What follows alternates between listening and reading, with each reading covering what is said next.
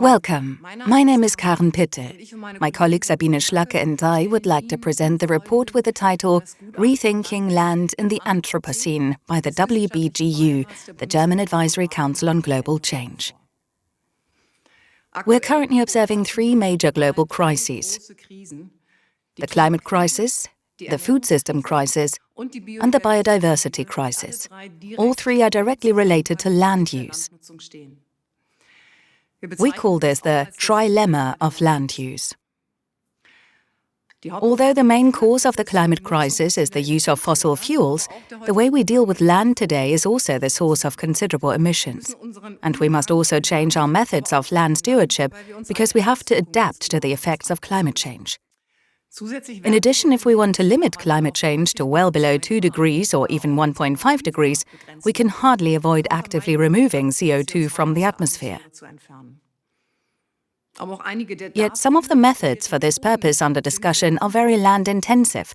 For example, afforestation or BECCS, that is, bioenergy combined with CO2 capture and storage. The second global crisis we're witnessing is not discussed as often, but it's just as urgent.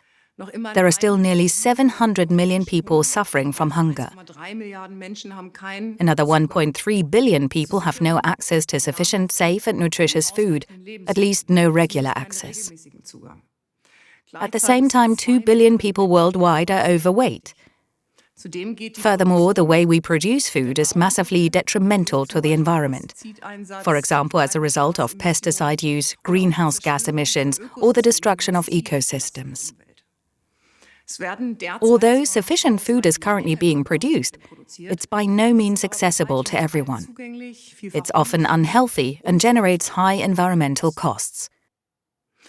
The pressure exerted on the land by the food system is expected to increase in the future, since the world's population is still growing and many dietary habits require a lot of land. The third crisis we're witnessing is the massive decline in biodiversity. Worldwide, more and more natural ecosystems are being destroyed to make room for farmland, pastureland, the mining industry and infrastructure. Add to that environmental pollution, poaching and climate change, and the result is a mass extinction of species worldwide. This loss of genetic, ecosystem and species diversity also means a loss of nature's contributions and services for humans. These ecosystem services are invaluable and range from climate stabilization to the pollination of crops by insects and the provision and purification of water. To avert this biodiversity crisis, the destruction of ecosystems must be halted and the conservation and restoration promoted. At first glance, it hardly seems possible to really overcome all three crises of this trilemma simultaneously.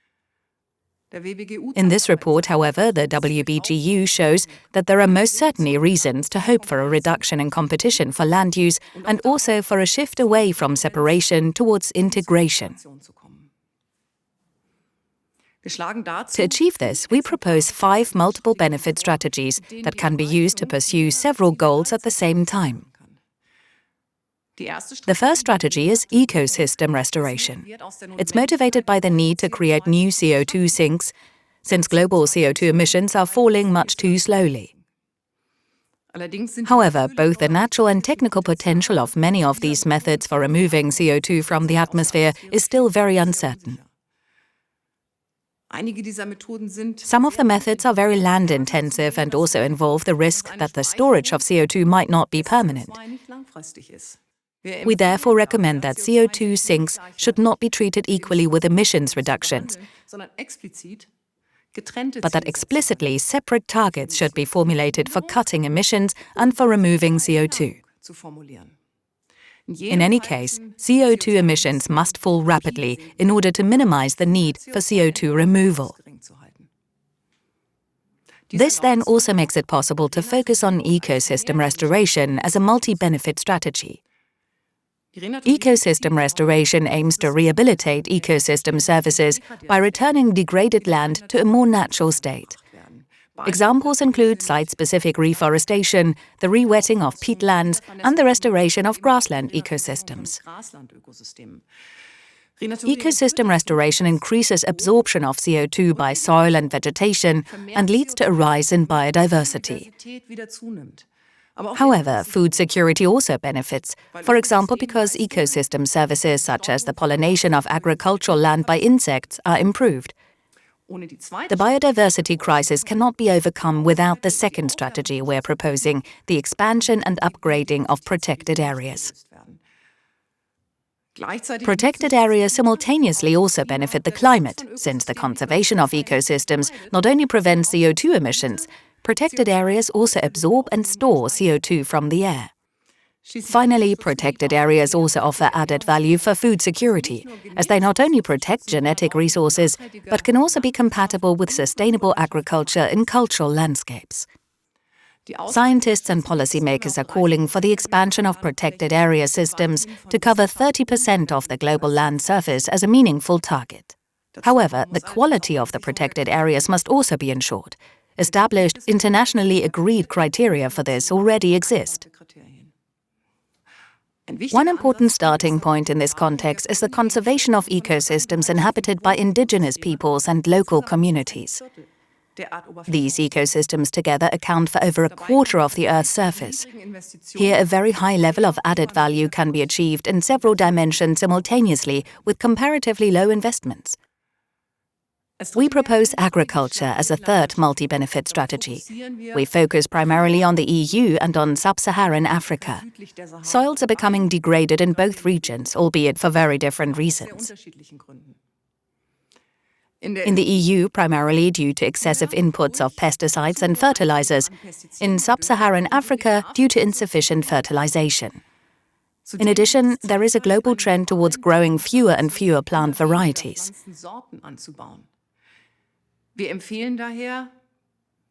Overall, we therefore recommend diversifying farming systems and using land in a multifunctional and varied way. Here are just two examples. One is agroforestry systems, which combine trees with farming and livestock. A second example is agrophotovoltaics, where solar panels protect fields from too much solar radiation. However, the focus in both industrialized and developing countries should be on creating ecologically intensive systems that contribute both to food security and to biodiversity conservation and climate change mitigation. With this in mind, agricultural policy should then be more closely linked to environmental and climate policy. The fourth strategy concerns dietary habits, especially in industrialized countries. The focus should be equally on human health and the conservation of ecosystem services. The high proportion of animal products in people's diets is having a negative impact on both dimensions. Plant-based food, on the other hand, requires less area and can thus relieve pressure on the land. This can be directly linked to the change in values. In Europe, we're already observing a trend towards reduced meat consumption. The Planetary health diet recently proposed by the Eat Lancet Commission, with its high vegetable and low meat content, can also point the way forward and should be integrated accordingly into dietary guidelines. Public canteens should also base their menus on this proposal. At the same time, however, conditions must be created to ensure that the costs of environmental destruction are increasingly reflected in food prices. Such a transformation can then make a significant overall contribution towards a globally sustainable food system. Finally, the fifth strategy that we recommend concerns responsibly designing the bioeconomy, that is, using biomass for materials and energy. In this context, it's particularly important to bear in mind that biomass is not available in unlimited quantities, and that priority must be given to food supplies, the conservation of biodiversity, and natural carbon reservoirs.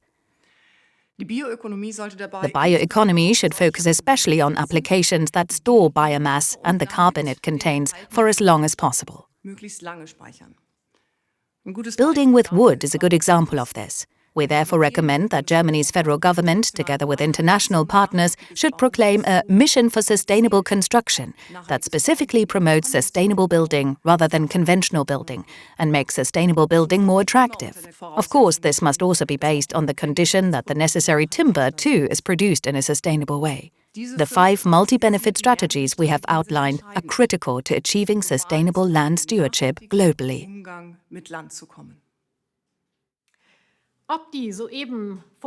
Whether the 5 multi-benefit strategies just proposed are implemented and how they are implemented depends largely on the actors and, at the same time, on the framework of governance. The WBGU therefore also proposes 5 governance strategies.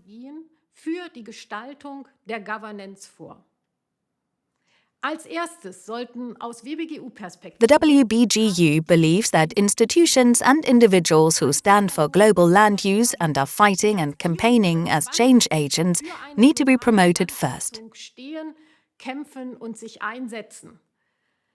These change agents are effectively trailblazers in the sense of a sustainable transformation of land use.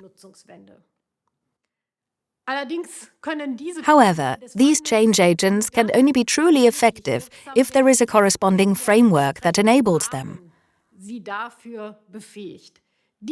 This framework is laid down by the states, and it's the states that have the power over the global commons of land and soil.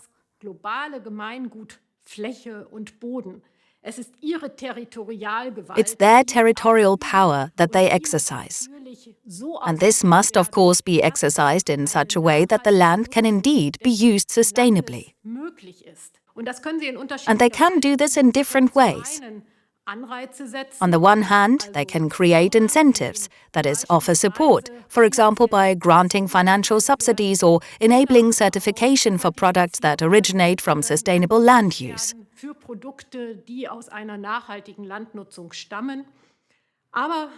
But based on our conviction and our analysis, we can also say that incentives and subsidies alone will not be sufficient. Regulations and bans are also needed. That is, prohibitions of unsustainable land use. Thirdly, specifically in the context of the European Green Deal that has now been launched, the European Union should press ahead with the transformation of land use, both in its member states and in third countries.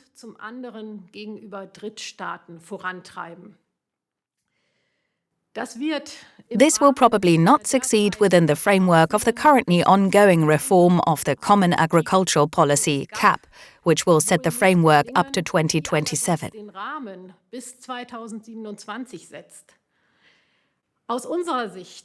In our view, it's therefore all the more necessary for the member states to make use of the room for maneuver opened up for them by the CAP and, in turn, transform it into a common ecosystem policy at their member state level. The CAP also provides enough scope for this up until 2027. Fourthly, the WBGU recommends strengthening and intensifying international cooperation. The 3 so-called Rio Conventions have already provided us with good starting points. The first is the Framework Convention on Climate Change, the second, the Convention on Biological Diversity, and the third, the Convention to Combat Desertification. However, each of these conventions look at land from a sectoral viewpoint. From the angle of climate protection, biodiversity conservation, or the prevention of desertification, but they don't develop an overall and systemic concept of sustainable land use transformation. In this respect, these conventions need to be more closely interlinked, and the best way to do that is to hold a joint conference as soon as possible. An invitation should be extended to what might be called a Global Land Summit, perhaps as early as 2022. And this summit in turn should pursue 2 main goals.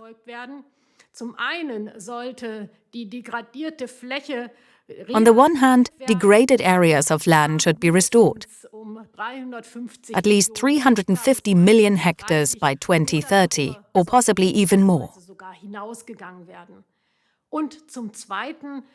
On the other hand, the goal should be to expand protected area systems to cover 30% of the Earth's surface. These are two crucial goals for promoting a sustainable land use transformation in the sense of our multi-benefit strategies. Fifthly, the WBGU has developed something novel, a form of multilateral cooperation achieved by setting up what we call cooperation alliances. On the one hand, this would be conceivable and imaginable in the form of cross-border cooperation between regions that set themselves a common aim, for example, carrying out the restoration of areas of land. On the other hand, it's possible to imagine collaboration between states willing to take the common path towards a global land use transformation and also transfer sovereign powers to a higher-ranking body, so that we can speak here of a supranational cooperation alliance. Trade within this alliance would be jointly organized in a sustainable manner.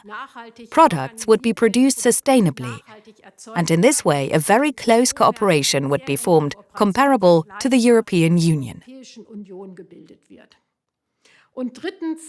And thirdly, we can imagine a model that is committed to conserving areas of land in third countries, that is, that states promote, support, and thus guarantee the conservation of biodiversity and climate-protecting sinks, for example, by means of forest conservation. Global conservation alliances. I would like to conclude with the following key finding of the WBGU.